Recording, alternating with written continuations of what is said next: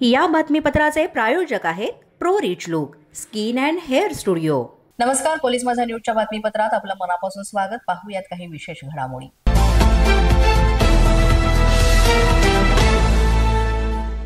वंदे मातरमच्या निर्मितीला 150 वर्ष पूर्ण होत असल्याच्या पार्श्वभूमीवर महाराष्ट्र सरकारनं एक महत्त्वाचा निर्णय घेतलाय। राज्यातील सर्व शाळांमध्ये वंदे मातरम हे अनिवार्यपणे गाण्याचा आदेश दिलेला आहे। शालेय शिक्षण विभागाने या संदर्भात परिपत्रक सुद्धा जारी केले।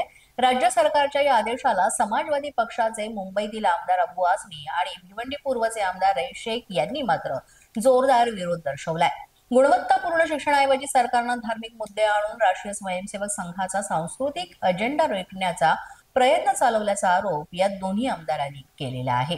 त्यांनी मुख्यमंत्र्यांकडे हा आदेश मागे घेण्याची मागणी सुद्धा केलेली आहे। तर दुसरीकडे भाजपनं या दोन्ही आमदारांवर जोरदार टीका केली आहे। मंत्री मंगलप्रभात लोढा आणि भाजपचे प्रदेश प्रवक्ते नवनाथ बन यांनी जर वंदे मातरम म्हणायचं नसेल तर त्यांनी सरळ पाकिस्तानात जावं अशा शब्दात निशाणा साधलाय। तसंच या आमदारांवर देशद्रोहाचा गुन्हा दाखल करण्याची मागणी सुद्धा भाजपतर्फे करण्यात आली। याबाबत आशिष शेलार यांनी अधिक माहिती दिली आहे। हे गीत देशभक्तीचं गीत आहे, प्रेरणेचं गीत आहे, स्वातंत्र्य संग्रामात उतरलेल्यांना ऊर्जा देणारं गीत आहे, स्वातंत्र्य सैनिकांचा मूलमंत्र आहे। त्यामुळे वंदे मातरम शार्दशती 150 वर्ष हा अधिकृत कार्यक्रम केंद्र सरकार आणि राज्य सरकार हा अधिकृतरित्या सर्व नागरिकांना घेऊन चालवणार आहे। उर्दू शाळेतल्या विद्यार्थ्यांनाही ते म्हणावं अशीच आमची त्यांना म्हणणं आणि प्रार्थना आहे।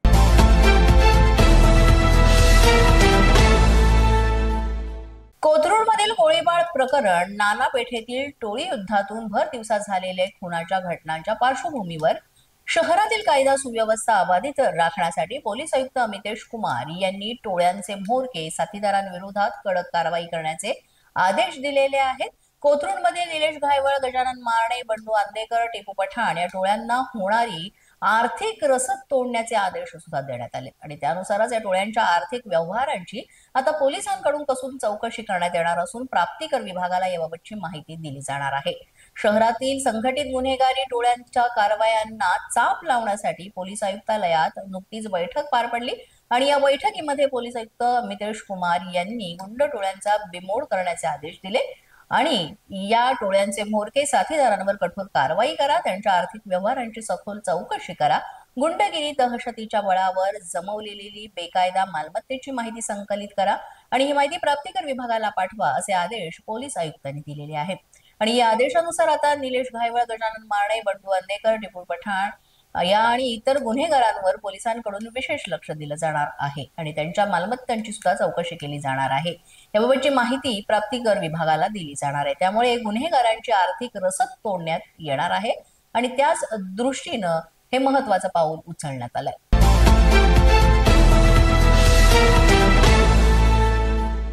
अमरावतीमध्ये शेतीच्या वादातून फ्री स्टाईल हाणामारी झालेली समोर आलेली आहे। अंजनगाव सुरजी तालुक्यातील बोराडा शेत शिवारामध्ये ही घटना घडलेली आहे। कुटुंबातील सदस्य जे आहेत ते एकमेकांवर अक्षरशः तुटून पडले आणि हाणामारी झाली। या घटनेची माहिती मिळाल्यानंतर अंजनगाव सुरजी पोलीस हे तातडीने घटनास्थळी दाखल झाले। हाणामारी थांबत नसल्यानं कायदा आणि सुव्यवस्था टिकवण्यासाठी पोलिसांनी सौम्य लाठीचार्ज सुद्धा इथं केला। काही वेळेतच पोलिसांनी ही परिस्थिती नियंत्रणात आणली। पोलिसांच्या मध्यस्थीनं हा मोठा अनर्थ टळला। नायब तहसीलदारांच्या फिर्यादीवरून पोलिसांनी दोन्ही कुटुंबियांवर प्रतिबंधात्मक कारवाई करून गुन्हे सुद्धा नोंदवलेले आहेत आणि याची पुढील कारवाई सुरू आहे।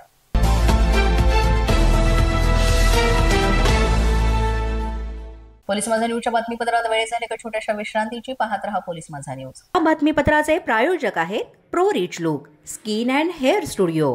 विश्रांतीनंतर पुन्हा एकदा पोलीस माझा न्यूजच्या बातमीपत्रात आपलं मनापासून स्वागत।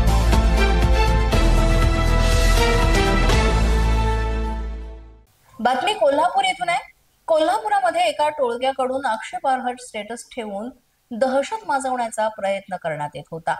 इथे गुन्हेगारांतर्फे मर्डर फिक्स 2025 कोल्हापूरचा बाप असे स्टेटस जे आहेत ते रील्स व्हायरल झाले होते आणि रील्स बनवणाऱ्या या 6 लोकांवर शाहूपुरी पोलिसांनी कडक कारवाई केली आहे।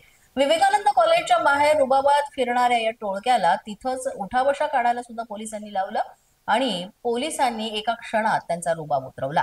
इंस्टाग्रामवर आणि सामाजिक माध्यमांवर अशा आक्षेपार्ह स्टेटस आणि रील्स टाकून ही टोळी दहशत माजवण्याचा प्रयत्न करत होती. शहर पोलीस उपाधीक्षक प्रिया पाटील आणि शाहूपुरी पोलीस ठाण्याचे निरीक्षक संतोष डोके यांनी सर्व संशयित तरुणांना पकडून नागळा पार्क परिसरातून जप्त केलेला आहे आणि या सर्व संशयित आरोपींना ताब्यात घेतलेला आहे आणि त्यांची रस्त्यावरनं चक्क वरात सुद्धा काढण्यात आली. अशा प्रकारचा आक्षेपार्ह स्टेटस ठेवून किंवा रील बनवून कायदा आणि सुव्यवस्था अबाधित राखता येत नाही, त्यासाठी ही कारवाई करण्यात आली आहे. त्यामुळे या असल्या गोष्टींवर चाप बसणार आहे.